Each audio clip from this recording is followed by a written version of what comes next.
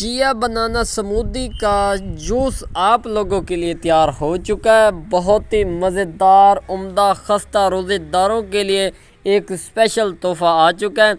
उम्मीद है आप लोगों को ये हमारी रेसिपी, हमारा अंदाज़, हमारा माहौल पसंद आएगा।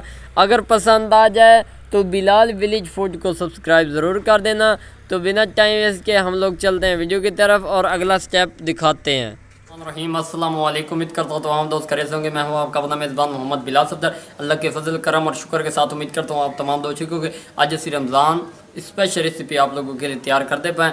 आज असी बनाते पे चिया समूदी बनाना मिल्क शेक तैयार करेंगे विलेज होम तरीके नाल। बहुत ही खस्ता मज़ेदार और एक नए अंदाज में आप लोगों को पसंद आएगा। तो बिना टाइम इसके हम लोग चलते हैं वीडियो की तरफ और वीडियो को आखिर तक जरूर वीवर। इन सेब यूज़ होंदा पिया, केला यूज़ होंदा पिया, स्ट्रॉबेरी यूज़ होंदी पई, जामाशरी यूज़ होंदी पई है। उस तो बाद गूंद कतीरा यूज़ होंदा पिया, तुखमे मलंगा यूज़ होंदा पिया। उस तो बाद चीनी यूज़ होंदी पई। एक खूबसूरत शीशे का जग भरे हुआ दुध का इस्तेमाल होंदा पिया, मज्झां वाला एक खूबसूरत खाली जग पिया। तो किया समूदी बनाना मिल्क शेक बनाने का कि चीज़ें इस्तेमाल होंदियां तो अगू है एक नए अंदाज मैदे जिगर की मशीन नहीं पई तो पसंद आएगा। तो हुण असीं दी शुरुआत जिहड़ी है वो करेंदे पे हैं। इंशाल्लाह तुहानूं पसंद आएगा। वीडियो को आखिर तक ज़रूर देखना ताकि तुहानूं मुकम्मल तौर पर रहनुमाई मिल जी। मिक्सिंग का तरीकाकार है। पहले नंबर पर असीं इहदे विच एप्पल पैंदे पे, बिस्मिल्लाह रहमान रहीम। उस तो बाद स्ट्रॉबेरी जाती पई, केले जाते पे ने। ये चेक कर लो, ये हुण चीज़ां फ्रूट यूज़ हो गए ने। हुण विच रूह अफ़ज़ा पाउणा, ये चेक कर लो। ये कुछ जिस्सा असीं इहदा बचा लिया वो तुहानूं मैं बाद दस्से सा। हुण जिहड़ी अगली चीज़ इहदे विच पाउणी वो तुहानूं मैं दस दिना वो है तुखमे मलंगा, बिस्मिल्लाह रहमान रहीम। ये असीं इहदे विच पा दित्ता। उस तो बाद इहदे विच जिहड़ा गूंद कतीरा वो जांदा पिया। ये वेख लो भी मैं करेंदा की पिया, तुसीं तरीका कर वेखदे जाओ। उस तो बाद चीनी इहदे जांदी पई 2 चम्मच के बराबर। तो जिहड़ा दुध है ये जिहड़ा इ'यां समझो कि जरिए के इहदे विच यूज़ करना।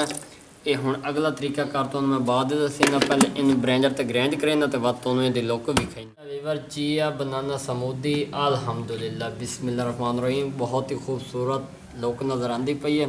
ग्राइंडिंग बड़ी प्यारी हुई है। बिस्मिल्लाह रहमान रहीम अल्हम्दुलिल्लाह जी। ये तरीकाकार तुहानूं मैं हुण हिक दस रहा। ये चेक कर लो तुसीं, यानी कि ना बराबरी के मुताबिक इन्हां 3 गिलासां दे विच मटीरियल पाउणा।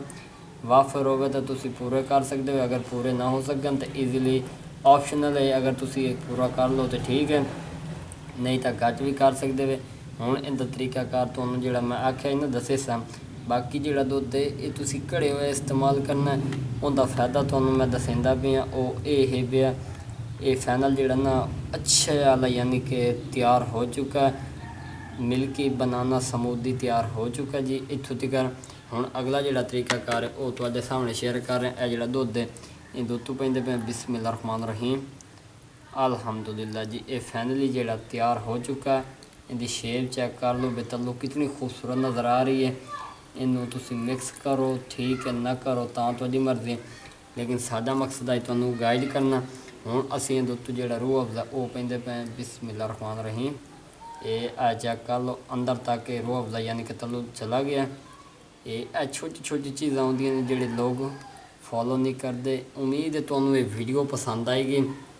अगर पसंद आ जाए तो चैनल नूं सबसक्राइब, लाइक, शेयर ज़रूर कर देना ताकि इस तरह की लेटेस्ट वीडियो तुहाडे तक बर वक्त पहुँचती रहन। अपना ढेर सारा ख्याल रखना। अल्लाह हाफिज़।